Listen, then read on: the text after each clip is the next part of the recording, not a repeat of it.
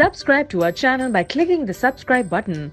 Click the bell button and enjoy the latest uploads from our channel. Without having reached any meaningful solution, Congress's debate over the future of the Deferred Action for Childhood Arrivals DACA program is likely over for the foreseeable future. For the past few weeks, Republicans have been furiously negotiating among themselves to develop a compromise between conservative and moderate Republicans on immigration.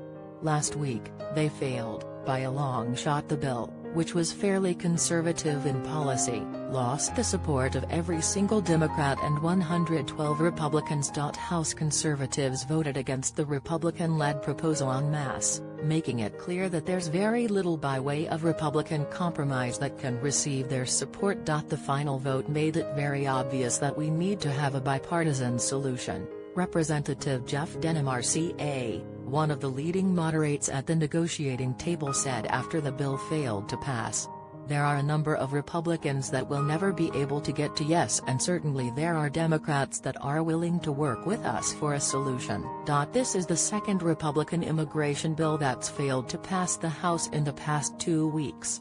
As it stands, there's very little belief that the House can negotiate immigration in good faith.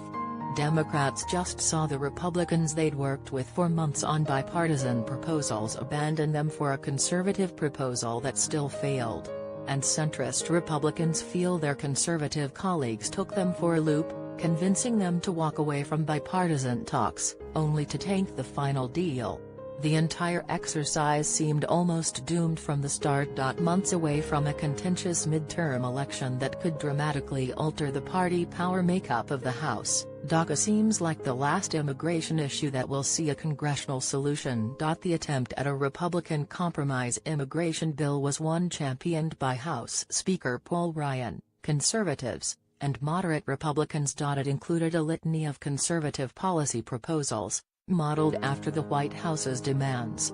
It would have given DACA-eligible immigrants temporary legal status for 6 years, after which they could apply for, but would not be guaranteed, a green card. It was a merit-based partial path to citizenship. Was a proposal crafted by conservative House Freedom Caucus co-founder Representative Raul Labrador RID. The bill also called for granting $25 billion in funds for a southern border wall, making it more difficult for migrants to seek asylum, and allowing families to be detained indefinitely at the border in response to the Trump administration's zero-tolerance family separation policy. It also included provisions that would have significantly cut legal immigration levels. Conservatives, including Labrador and most of the Freedom Caucus, still voted against it. In the process, conservative leader Representative Mark Meadows RNC, who chairs the House Freedom Caucus, made some enemies.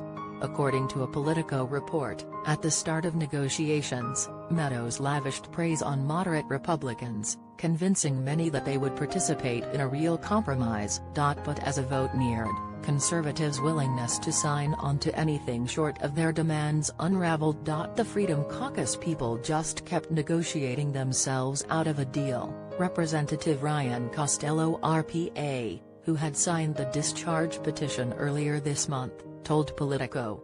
In the end, Meadows admitted it came down to politics. All the people back home are going to see is the 1.8 million people, or more, are eligible for citizenship, Meadows told Vox, saying how the perception of the compromise mattered more to conservatives than the actual policy. This is the core of the impasse on immigration policy for Republicans.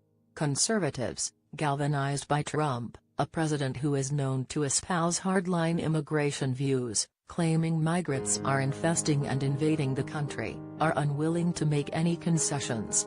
They have enough votes in the House Republican conference to tank any bill being pushed on a party line vote, and they only have to answer to a voter base excited by hardline anti-immigration views. They have no incentive to compromise. Trump's interest in the House's immigration debate was muddled.